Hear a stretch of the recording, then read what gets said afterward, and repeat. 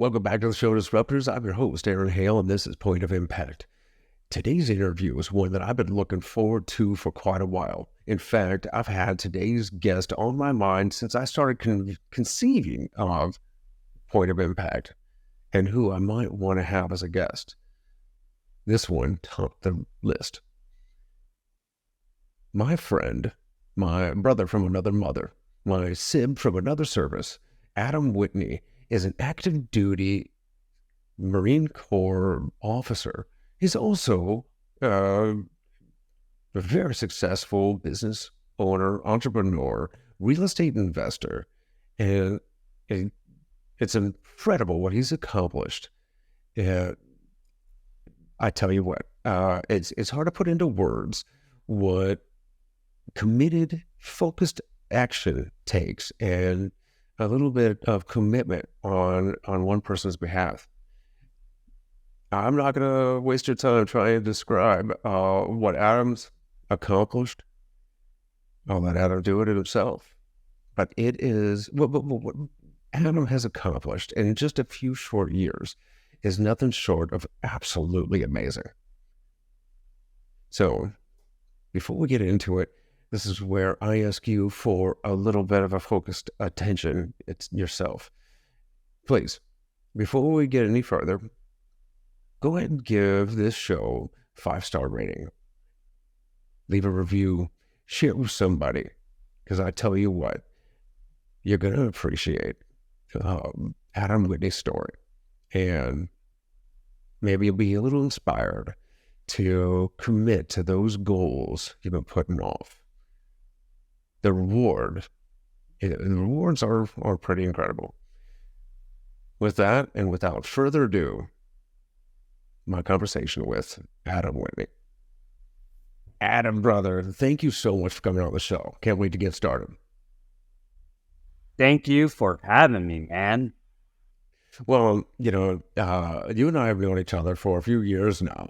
We've met, I don't know, once or twice in person, but between the various masterminds and networking groups and actually doing a few deals together, I'd like to consider you a friend.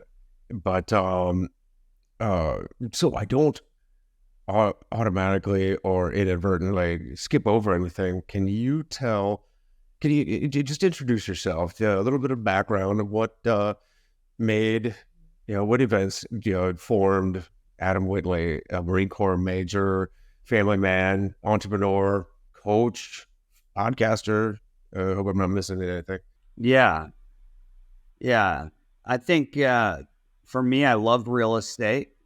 I am a Marine, and I'm really close to retiring. So I'm going to be doing real estate full time. I've done over 300 flip and wholesale deals. I'm doing apartment syndications, a couple hundred units there. I coach in 7-figure flipping. Just all around doing as much real estate as I can, and I love doing it, and I love doing it with other people. And let's go back to a little bit of the origins, like where you came from, how you grew up, what formed the will to win. It's a great question, Aaron. So I grew up in Southeast Detroit, in the Detroit metropolitan area. Just didn't really have a lot going on. My didn't have the best parents. My mom was an addict. She was mentally ill. She ended up passing away before she turned 40. I was still in high school. My parents were divorced when I was 2 years old. My whole family was didn't come from like education. Most of my family didn't even graduate high school. So it was a different environment. And I was very fortunate to join the Marine Corps when I was 18 and get new opportunities. And I think because where I came from, I was really determined to maximize those new opportunities. I just didn't really know how yet. And spending time around people in the military who were disciplined and had goals and had core values really helped me to appreciate the opportunity I had and really taught me to do the right things. And that kind of shaped me. Obviously, my military experience as a infantry guy early on, combat deployments, an opportunity to serve and experience, the Middle East, things like that, just really gave me perspective.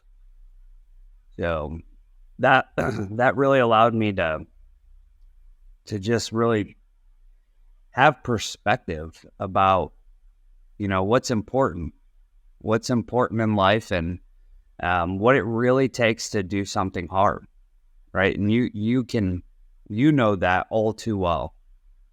So, Well, I found that whatever the hardship is, whether people are coming from maybe a hard scrabble upbringing, or they're kind of thrust into some kind of hardship, they go one or two routes. They either kind of accept it and they kind of become victims to the situation and are trapped by it, and there are others that use it to learn, to grow, to get stronger. But often, I think that second category takes more of a catalyst event. Maybe it's a mentor, maybe it's the influence, like the military for us taught a bit of that resilience, work ethic, that kind of thing, core values, and the fact that things get hard. What was it for you that really kind of changed your frame of mind, your perspective? yeah, I think very specifically, obviously hardship. I can pinpoint a couple of times where I was given an opportunity to be around people who were doing something extraordinary. At first, I had, come from that upbringing, joined the military, deployed to Iraq, and then my second tour and my first opportunity was to go to a place where I was a young, hungry, enlisted infantry guy, and I got an opportunity to teach with some hand-selected officers at a school, and it really just changed. It changed everything for me. I was in a room with people who were highly intelligent, driven, successful, and I was working with them hand in hand, doing the same kind of thing. And I really my game was raised just being in that room. This isn't the military. This isn't even real estate. And it kind of showed me what the path to win looked like in the Marine Corps for me.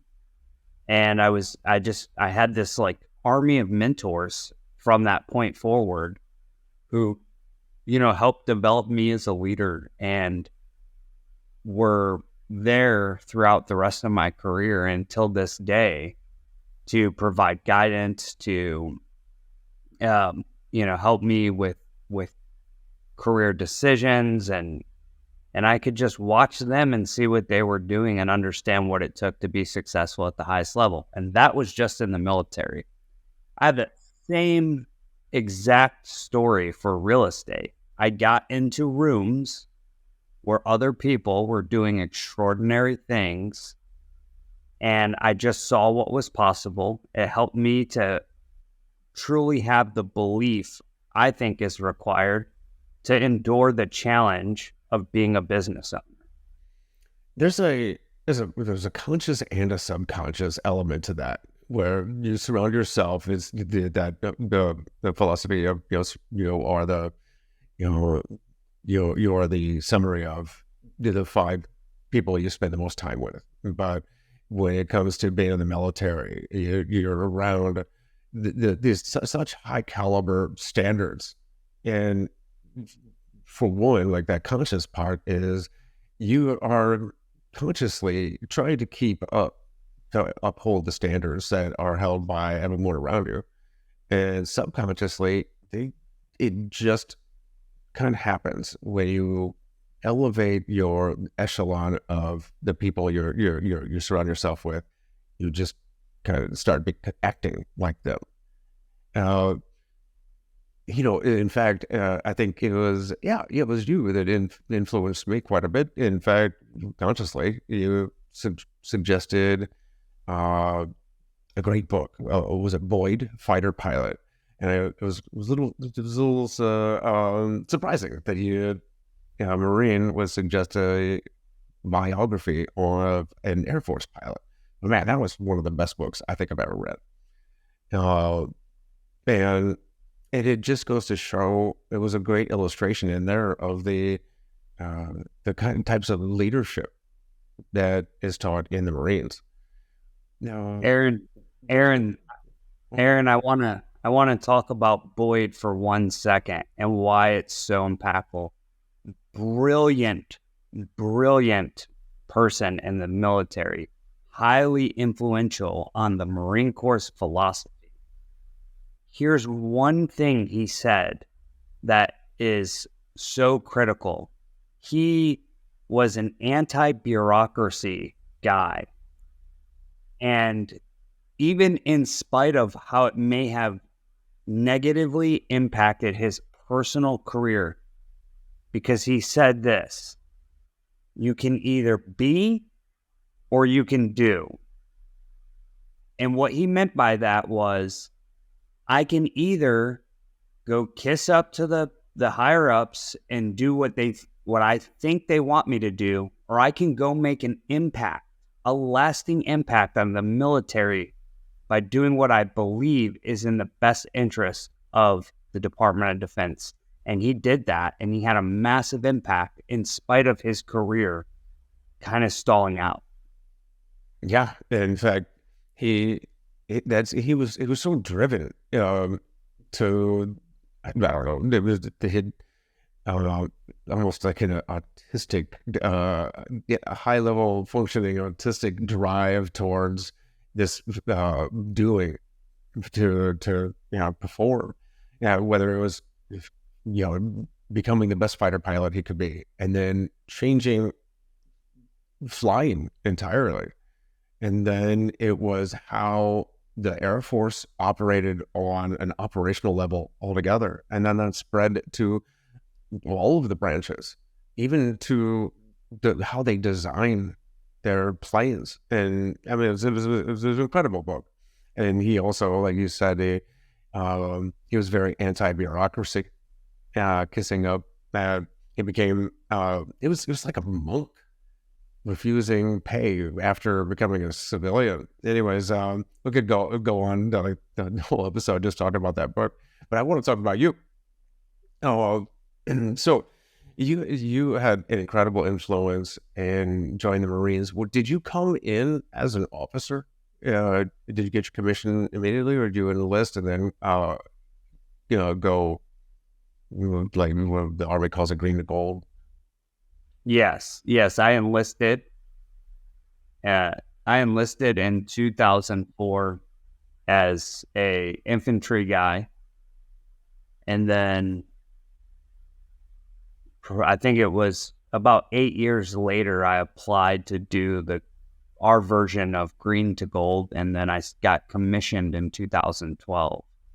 So I spent the first half of my career as an enlisted guy. Is that the Navy's Seaman to Admiral program, or is that they have this enlisted commissioning program? I can't imagine at all. Yeah, the Marine Corps calls it the MESEP, or Marines Enlisted Commissioning and Education Program. Of course, it would be more official sounding. Yeah, good acronym. So, okay, let's fast forward a little bit and talk about how did you get involved in real estate? It started probably in 2008. Being in the military, I was really insulated from the economy crashing, the housing market crashing. I didn't really know what was going on because it didn't affect my life. And in 2008, the military was moving me from California to Virginia. And I was driving across the country, and my wife and I listened to a little purple book called Rich Dad, Poor Dad. And it planted a seed, and I had known some real estate agents and stuff, and I was interested about all of it, but I just didn't really know enough. But Rich Dad, Poor Dad had really planted that seed. So now I was starting to think about it, but I didn't do anything and take action until about 2011. And even then, I squandered an opportunity I didn't even realize I had. I almost bought a short sale house when I moved back to Michigan for my commissioning program for $99,000. And I didn't have money. I thought I needed money. It needed a little bit of work. I didn't really understand how to do the work. And that same house just 4 years later sold for $250,000. So $150,000 more. And I could have bought it on a VA loan, lived in it, and done the few fixes it needed. And I squandered that. It's probably worth over $300,000 now. But I just didn't know. I started to take action, but I didn't have enough. I didn't have real estate people in my life yet.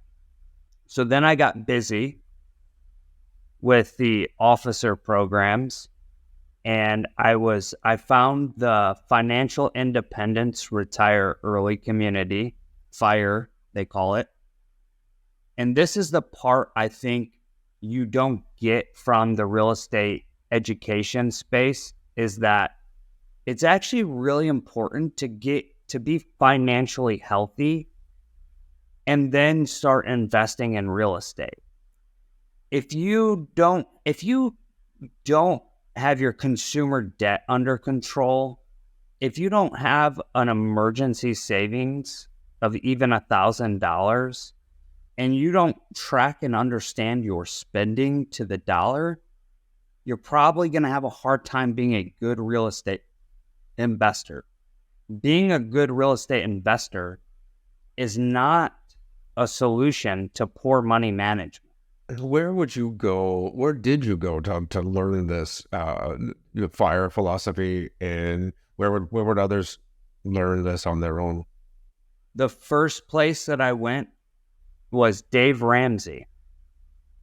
Like him or hate him, he's really good when it comes to just base level financial health, paying off all your debt, getting a savings account built up, an emergency fund built up.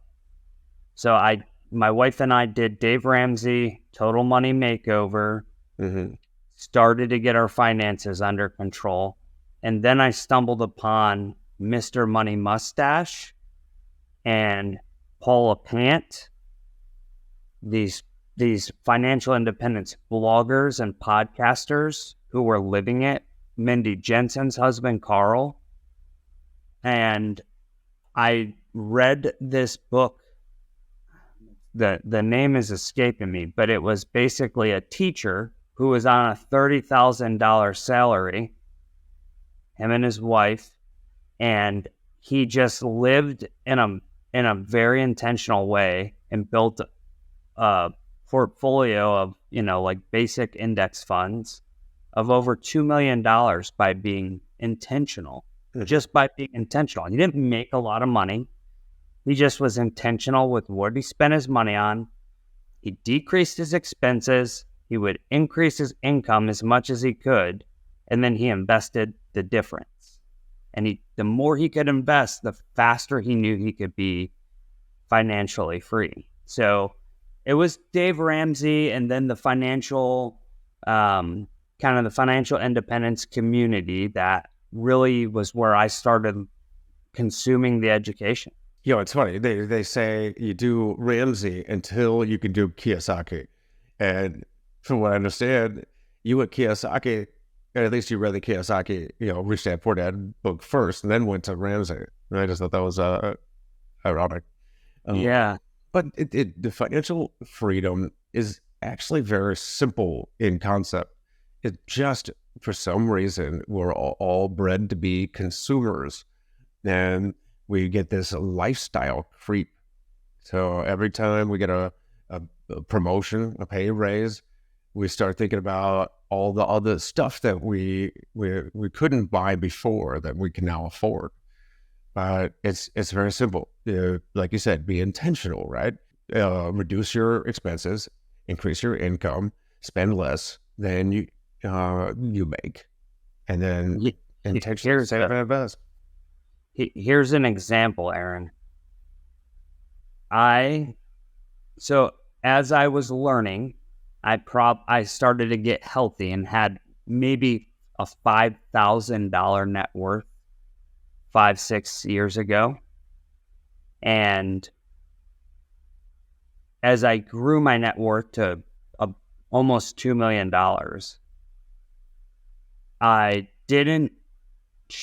there are some things I didn't change. I still today, and made literally over $500,000, right? Today, I still drive my 2010 Kia Forte that I bought brand new for $15,000. Now, I'm not saying you shouldn't buy a new car if you're making a ton of money and you're doing all the right things. I just have chosen not to, because I would rather take that money, me personally, I would rather take that money and buy a rental property in the Midwest or an Airbnb in Florida. Because I could say, man, I would really like to go buy a Tesla Model X. And I would, or a truck. And I would if I needed the tax advantage and I needed a car. My car still runs fine. I don't need one. When I need one, I'll buy it. And it will not affect my life at all when I buy it. I wonder why you mentioned Tesla Model X. Oh. 6,000 pounds, and it comes with a bunch of tax write-offs. Well, yeah, that's why we did it. Yeah. I was just about to say, Bill Allen would be so disappointed that you didn't get a Section 179, what was it, heavy equipment deduction type of vehicle. Yeah. Michaela, my wife, is now looking at the Ford F-150 Lightning to combine the Section 179 with the Inflation Reduction Act grants, or whatever the EV rebates are. And it's I don't know. I'm not sure if the F-150 Lightning is quite the standard we want to purchase, but with all of the tax deductions and rebates, it's pretty compelling. So you started investing in real estate. Where did you start? What method did you use? Where did you learn how to do it? The very first thing for me, Aaron, was started to save up a little money, and I bought a turnkey rental from Storehouse, and it was in Milwaukee. So that means somebody else found a property, they fixed it up, they put a tenant in it, and then it was ready to go. Like, it was a ready to go rental property. And I bought that property with 25% down, scraped up the money, emptied the cushions from the couch, found all the money I had, and I put 25% down. I bought this rental that ended up cash flowing like $500 a month net, which was phenomenal.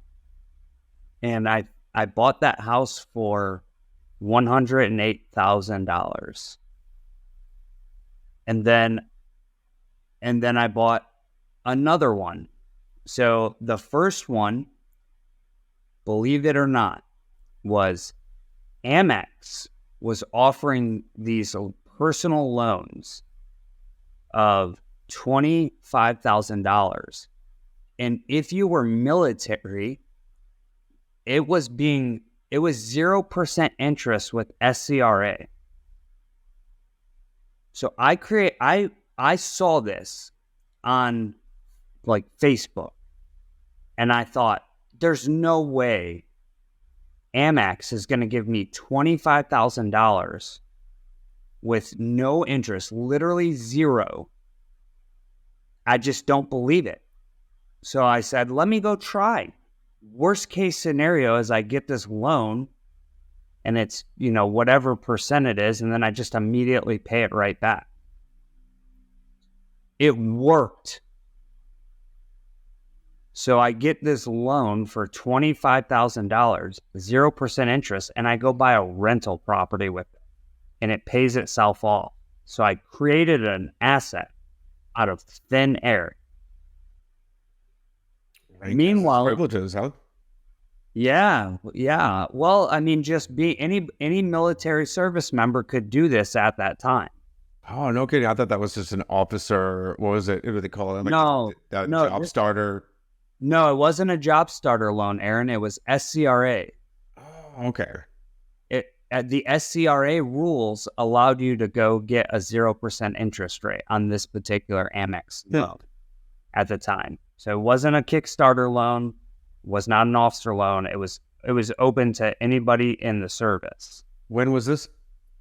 This was probably 2019. Those were the days. Those were the days. And then 2020, what happens? COVID. Mm-hmm. In 2020, you could go into your TSP and take out a loan with no penalty because of COVID. Mm-hmm. So I was able to go get money out of my TSP and buy another rental that cash flowed $700 a month. So I created two assets paying me over $1,000 a month with none of my own money in an unorthodox way. Another turnkey? Another turnkey. This time it was a duplex, and it was netting $700 a month. Where were you finding these turnkey properties? Storehouse and Stu and David, you remember, in Milwaukee? Mm-hmm. They were selling those. I was buying them from them. Oh, terrific. And when did you discover seven-figure flipping? So now I've had to create enough capital to have these big down payments to buy these. Mm-hmm. And you can't do that, and you can't scale that. Like, I can't get a lot of rentals doing that. So I knew I needed to learn. I needed skills. Like, I needed to find houses cheap and be able to fix them up and create value and then refinance them out. And I also needed to be able to raise private money so that I could go buy them cash, fix them up, and then refinance that money out and have rentals. Can only have so much personal loan credit with the bank, right? Exactly. So I went to the virtual Flip Hacking Live in 2020, and I was blown. And I had been listening to the Seven Figure Flipping podcast, and I was just blown away. I couldn't believe that these people were doing these marketing strategies and getting there were people doing 200 houses a year, and I just was fascinated. So I joined Seven Figure Flipping in October of 2020. So did you stick with this methodology, the value add? Because so far you said you bought a couple turnkeys. They were cash flowing pretty well.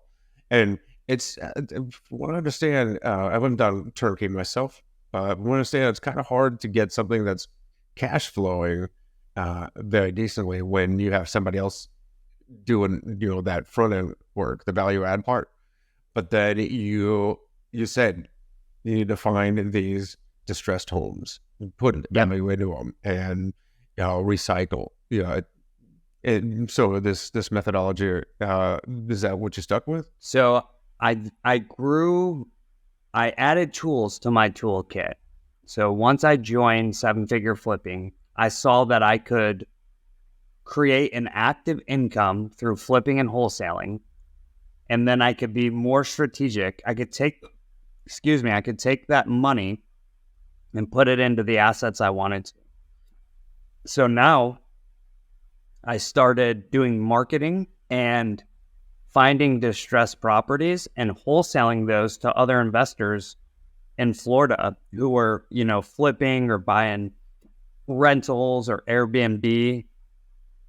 And I was increasing my active income. So then I learned skills. Now I could find the property cheap, distressed. I learned how to go find contractors and do the rehabs, even virtually, out of state. So I then did this. I stayed in Milwaukee and I continued to buy rentals, but I bought them at a discount, added value to them, and was able to refinance all the capital back out and still cash flow. But I couldn't do that without the skills I learned to do marketing and raise money. Find distressed properties and raise money. Now I can take those skills and apply that to my rental business.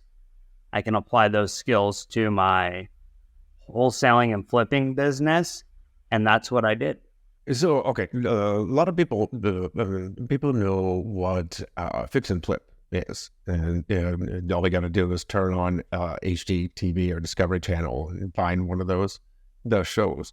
Wholesaling is a little less glamorous. Can you explain a little bit more about what wholesaling is? Yeah, think of wholesaling like a pawn shop, right? There are probably 5 to 10% of sellers who have a distressed situation and they really need to trade the equity in their house for a fast as-is transaction. So we send mail to these people just letting them know that we can buy their house cash and we can close in 5 to 10 days. And we tell them, you'll make the most money selling this house on the MLS with a real estate agent. In fact, we will tell you which real estate agents are good, like your wife, Michaela, right? And they will come back and say, nope, we would rather make less money. We really need to get out of this situation and sell it to you cash and do it fast. So now, as a wholesaler, we market to these people. They come to our pawn shop. They hand us grandma's necklace. And then we turn around and resell the rights to that necklace. So the thing you have to understand about wholesaling is I get a contract on a property for $100,000. Now I have options. Let's say if that property is fixed up, it's worth $250,000. I can either A, buy that property, fix it up, and sell it on the market. I can B, send it out to my private buyers list to another investor and say, you can buy my contract for $110,000. So I have it for $100,000, but I'll sell you the contract, the rights to buy the house for $110,000. And then another investor, like you or our friends in the Panhandle, would say, oh yeah, that's a great deal. I'll take that at $110,000 and we'll close on that property. The investor gets a great discounted deal. The wholesaler gets $10,000. which, keep in mind, that's not all money to their pocket. They spent countless months working with this seller to solve their problem, and they spent probably thousands, if not tens of thousands of dollars on marketing to find these people to be able to help them in their situation. But essentially, what you're doing is you're finding the potential value in a deal, and then sharing that potential, that value potential with fix and flips. So you're the deal finder, the bird dog, the deal hunter, and then you take a fee from that, and then sell it at the contract to an investor, somebody else that can get the project across the finish line. In fact, that's what we've done. You find the deals, and Michaela, Dan, and I have done a few of the projects that you found for us.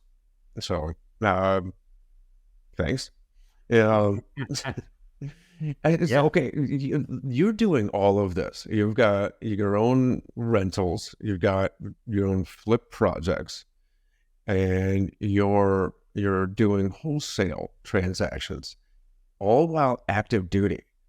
How do you find the time to like get into the shower or take a nap here or there? It seems like that's a 24-hour a day jobs. Yes, lots of jobs. Number one, I love doing it. I love the thrill of the deal, and I love real estate. So it doesn't feel heavy. Number two is I have a supportive and phenomenal infrastructure in my home. My wife is supportive. My kids are supportive. And they understand what our family vision is. Okay. The tactical part of it is you sacrifice up front and you do the work. And if you're smart, you then build a team of people who want to come on this journey with you. And then you have what we would consider leverage. So people think of leverage as money, but leverage can be time and leverage can be people. So I can exchange money to get back time. I can hire people, which costs money, who can do activities to get back time to allow me to do other things. And that's what I've done. I've partnered, I've hired, I've leveraged out with other people that allows me to do multiple things and go after what our ultimate vision is, which is a fully integrated, vertically integrated residential real estate company where we have the opportunity to serve clients regardless of what option they need. If they need a real estate agent, we want to serve them. If they want to sell their house on the open market, they need to sell it for cash, we want to serve them. I own a title company. I want to participate in the title company side in revenue. So all the things I'm doing are in alignment. I didn't buy a Dairy Queen franchise and also run a real estate business. I'm doing real estate. I'm just adding verticals to the core business that I do, which is an acquisitions company. I go find good deals. I can buy rentals from that. I can wholesale from that. I can flip from that. I can get a mortgage license and make money off of the loans. I opened a title company. I can control the transaction through the title company and make revenue from that piece of it. There are usually like dozens of people in companies that make money on one single transaction.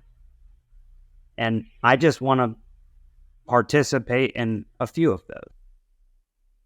I was just recently talked to Flip and Danny Robinson, who are doing something very similar. They started a turnkey business where they were doing the renovations, placing tenants, and then selling the properties. And they started doing so much volume that they were tired of dealing with outside contractors and started a renovation company that served themselves and others. And then they got to the point where they were doing so much volume, so many deals, some of these projects that their wholesalers couldn't keep up. So they started an acquisition company, and and now I think they're starting their 7th business now. That's all vertically integrated, and they started I think it's a hard money lending company.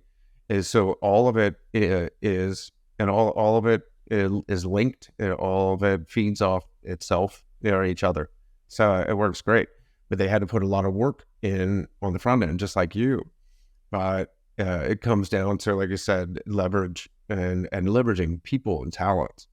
How do you find this talent? How do you develop it, and how do you manage it? Well, I think, Aaron, it's imperfect.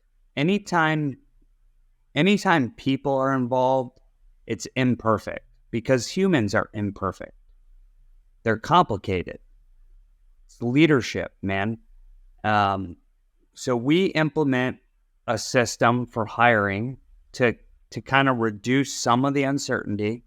There's a great book by a guy named Jeff Goff called Who, W-H-O, and he talks about how to hire, how to do interviews, how to understand if you're hiring the right person. So we use that to go find the right person to work with us.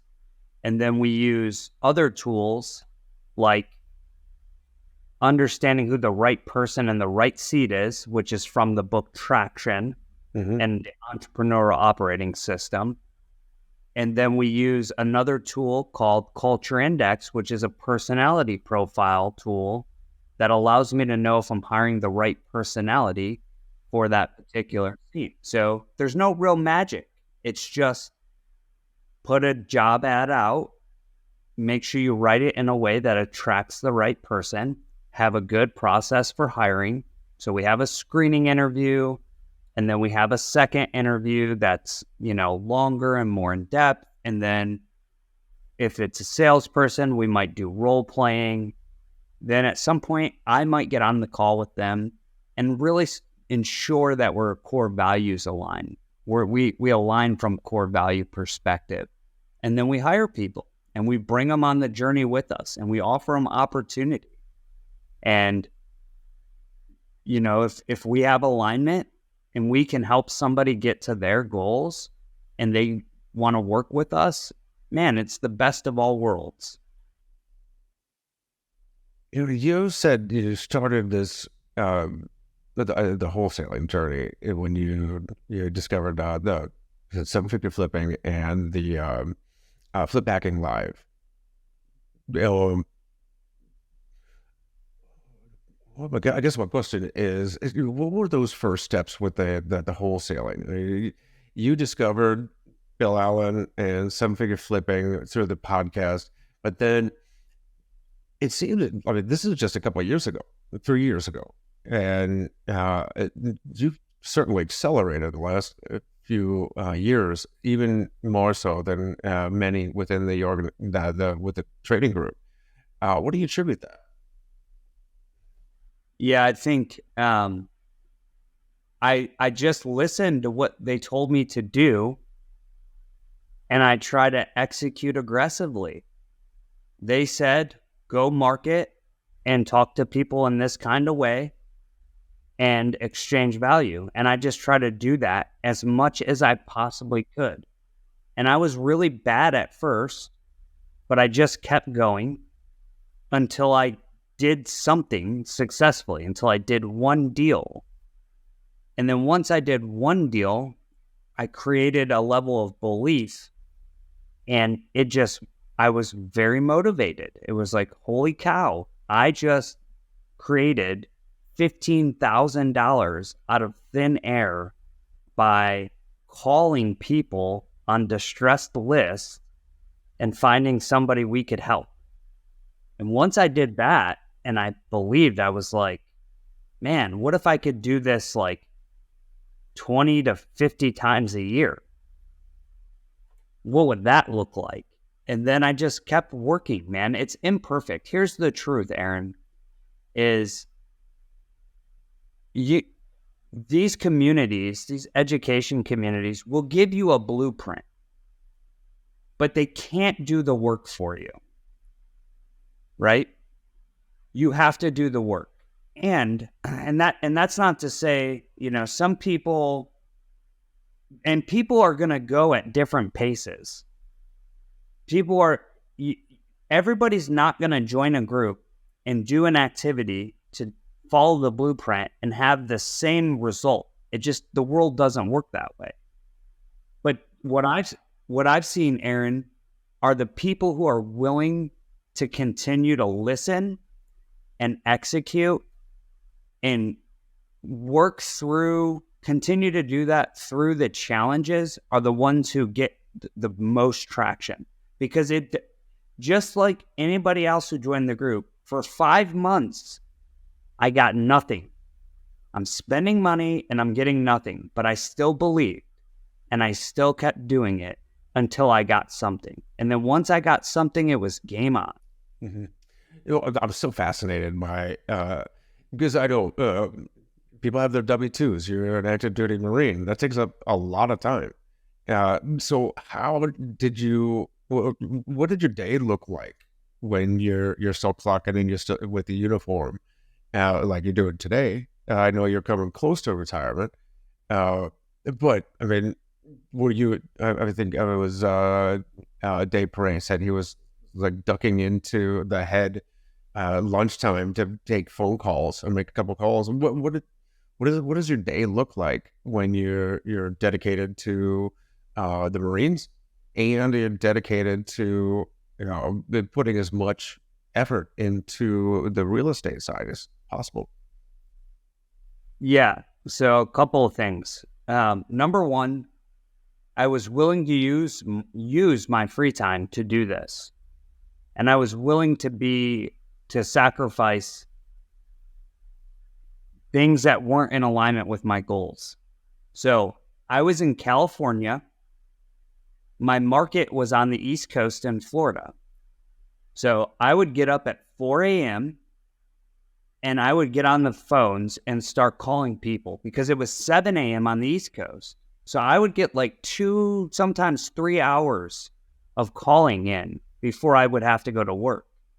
3 hours of dedicated focus work is a good, if you just maximize 3 hours, that's massive, right? That's 21 hours a week. Just the 3 hours in the morning, that's 21 hours a week. Then I could get between an hour and 2 hours around lunchtime and throughout the day. Now I'm up to 5 hours in a day that I can just do laser focused real estate work. And then I can add another couple of hours at the end of the day, maybe for admin tasks. And I'm up to 7 hours a day. That's full time. Right? But I was willing to do that until I found the success I was looking for. And I did that for months and months and months. And then once I could get some success, I could hire a virtual assistant first. I hired a virtual assistant who could take some things off of my plate. Then you have an option. I can get my time back because I have a virtual assistant, or I can do more. They can do this and I can do more. I chose to do more. So I didn't take time back. I just did more. So, and then once you're doing more of that activity that you found to already give you some success, you'll probably will find more success. Because that's the way it works. activity, your commitment to the activity will produce the result. And that was true for me. So I just kept going, man. I just kept doing the work. And every time we'd get a win, we'd bring somebody on the team. Right. So now I started to leverage it out. Then I could do more and more. Now we're building. I think I heard it said once, CIA, consistent intentional action. Yep. So that's a fantastic thought. I think that's a great place to leave it. Is there anything else you'd like to share with the audience before we go? And how does somebody get a hold of you if they want to learn more? Yeah. So if you want to learn more, you can just go to 7ff.7figureflipping/Adam. Everything is there. My contact info, all of that. I just leave the audience with this, being surrounded by mentally resilient people like you, Aaron, is inspiring. Having the right people in your network can really change your life. It's really hard for me to not want to get up and get on a phone call, when I look over to my right and I see Aaron Hale running 134 miles and he can't even see. I'm like, there's no excuses. How can I have an excuse? You don't. It's 135, but who's counting? I bet you were at that last mile.